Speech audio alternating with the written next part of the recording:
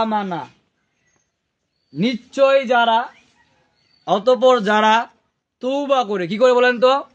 তৌবা করে।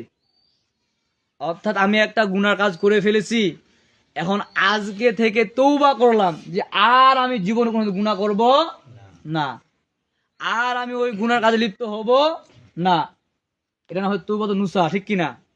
তো এইরকম যা তৌবা করে, আল্লাহ ওদেরকে বলতেছেন ইল্লামান তাবা ওয়া আমানা, তৌবা করার পরে যারা ঈমান আনলো, কি আনলো বলেন তো?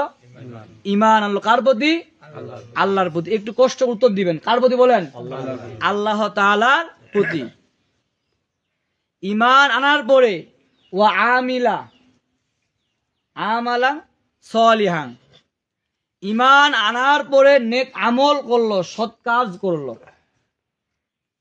ফাউলাইকা, আল্লাহ বললেন আমি ওই সব লোকদেরকে ইউবাদদিলুল্লাহ, আমি আল্লাহ তাআলা পরিবর্তন করে দিব সাইয়্যাতিহিম, তাদের গুনাহগুলো, তাদের খারাপ কাজগুলো, হাসানা, ভালোর দ্বারা। সুবহানাল্লাহ। কিসের দ্বারা? ভালোর দ্বারা। যারা গুনাহগুলো করছে এই গুনাহগুলো আমি কি করব? আল্লাহ তাআলা ভালো কাজের দ্বারা পরিবর্তন করে দিব। ওয়াকানাল্লাহু গফুরুর রহিম, আর আল্লাহ তাআলা হলেন মহা ক্ষমাশীল। সুবহানাল্লাহ। তাহলে এই আয়াতের সরল তরজমা হচ্ছে যে আল্লাহ তাআলা বলতেছেন যে যারা তৌবা করার পরে ঈমান আনবে, কি আনবে?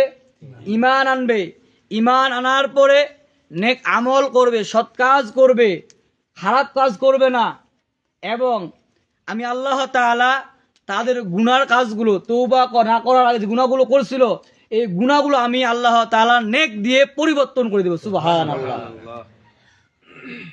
সম্মানিত হাজিরিন,